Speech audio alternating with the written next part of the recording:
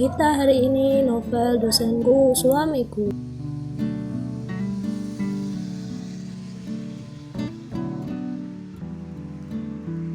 Hana pun bercerita bahwa hari ini terakhir kerja di kafe tempatnya bekerja.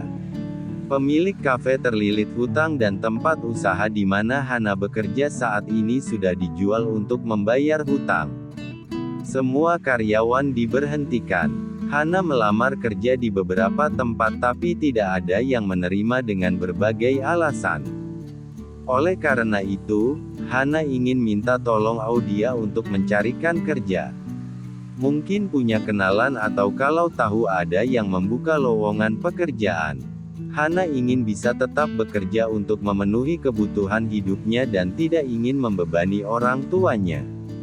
Seperti itu Di.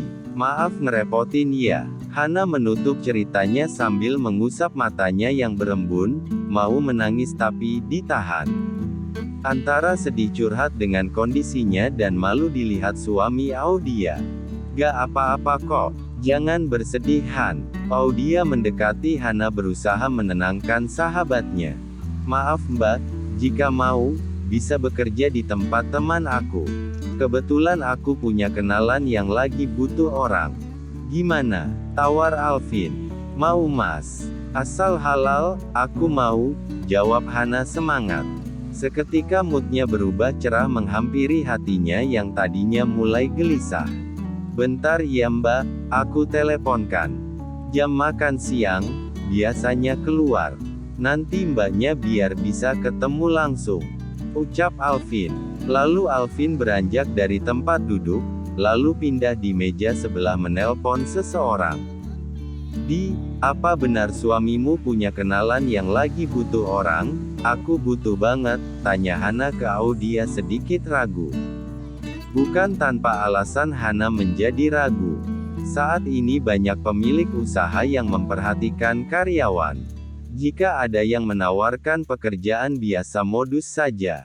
Apalagi dia tadi sudah cerita sudah melamar kerja di berbagai tempat, tidak ada.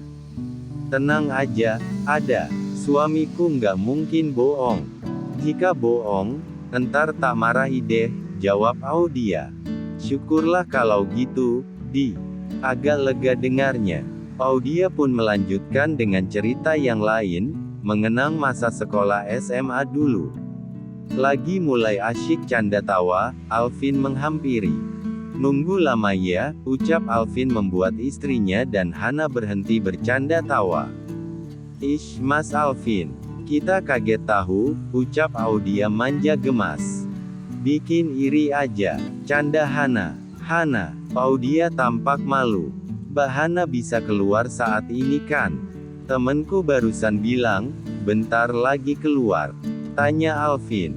Bisa Mas, tadi juga aku sudah izin untuk pulang lebih dulu, mau cari loker gitu, ucap Hana semangat. Hana bergegas ke kasir membayar, lalu menghampiri Audia. Setelah itu, menuju tempat parkiran. Ayo Hana, ucap Audia sambil menarik Hana untuk melangkah lebih cepat. Suamimu mana Di? Tanya Hana saat sampai parkiran, mengambil motornya. Melihat di sekitar parkiran tidak ada suami Audia. Sudah duluan, aku minta nunggu di luar parkir tadi. Aku mau bareng sama kamu, ucap Audia. Oh, ngomong-ngomong suamimu cakep banget ya Di. Dia kerja di mana? Goda Hana. Sekarang di rumahan, bantu belanja, buat kue dan nganter pesanan. Bulan kemarin ditinggal ke luar negeri 2 mingguan, ucap Audia, lalu memelankan suaranya dan menutup mulutnya agar tidak cerita kemana-mana. Keluar negeri, 2 minggu, kerja sebagai apa? Hana terkejut penasaran dengan apa yang diucapkan sahabatnya. Gak kok Han. Itu salah ucap. Kamu kan lulus dengan nilai bagus. Dari dulu kamu, jago kalau soal menghitung duit, ya meski gak ada duitnya, hehehe, ucap Audia sambil tersenyum. Kamu itu Di. Wes ayo jalan cepat, nanti suamimu menunggu lama, kan gak enak akunya kelamaan ngajak ngobrol. Hana dan Audia mempercepat langkah menemui Alvin yang sudah berada di pinggir jalan dengan motor jadulnya. Hana mengikuti Audia dan Alvin.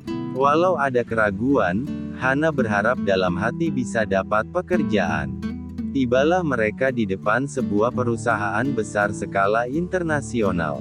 Di kota kecil ini ada beberapa perusahaan besar, tapi yang terbesar dan berskala internasional hanya satu.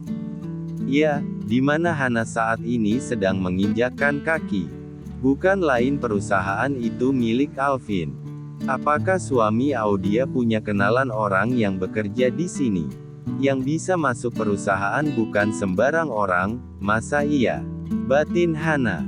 Setelah memarkirkan motor, Alvin menuju halaman dalam perusahaan. Diikuti Audia dan Hana paling. Memasuki halaman dalam perusahaan, ada security yang cepat keluar dari dalam perusahaan saat Alvin masuk. Ada keperluan apa? Di sini dilarang masuk sembarangan. Kalau mau melamar kerja lewat sana. Ucap security itu keras sambil mendorong Alvin untuk menjauh. Saya sudah janji dengan seseorang, sebentar lagi keluar. Ucap Alvin. Security itu tidak peduli dengan omongan Alvin. Tetap mendorong Alvin mundur.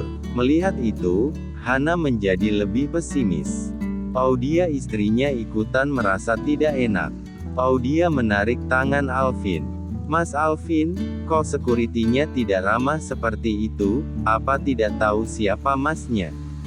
Ucap Audia pelan. Orang baru, positif saja, sekedar jalankan tugas.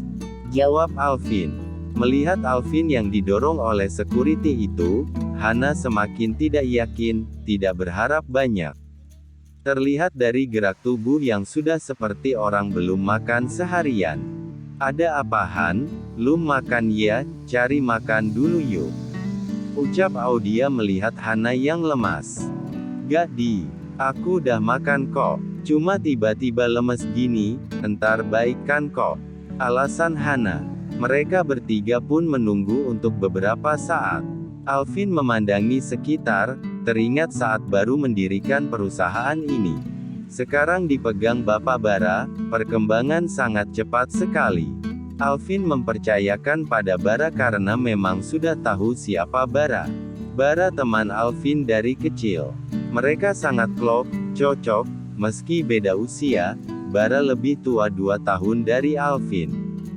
Lain sisi, Audia bersama sahabat Hana yang tidak jauh dari Alvin. Audia berusaha menghibur Hana. Ia menyadari sahabatnya lagi galau, tidak jauh-jauh dari kerjaan dilihat dari gerak-geriknya. Suasana hati Hana pun lebih ceria daripada tadi. Beberapa menit berlalu, Pak Bara keluar dari ruangan kantor dengan para petinggi di perusahaan ini ingin mengajak orang penting, tapi tidak memberitahu bahwa yang akan ditemui Bapak Bara adalah pemilik perusahaan yang dia pimpin saat ini.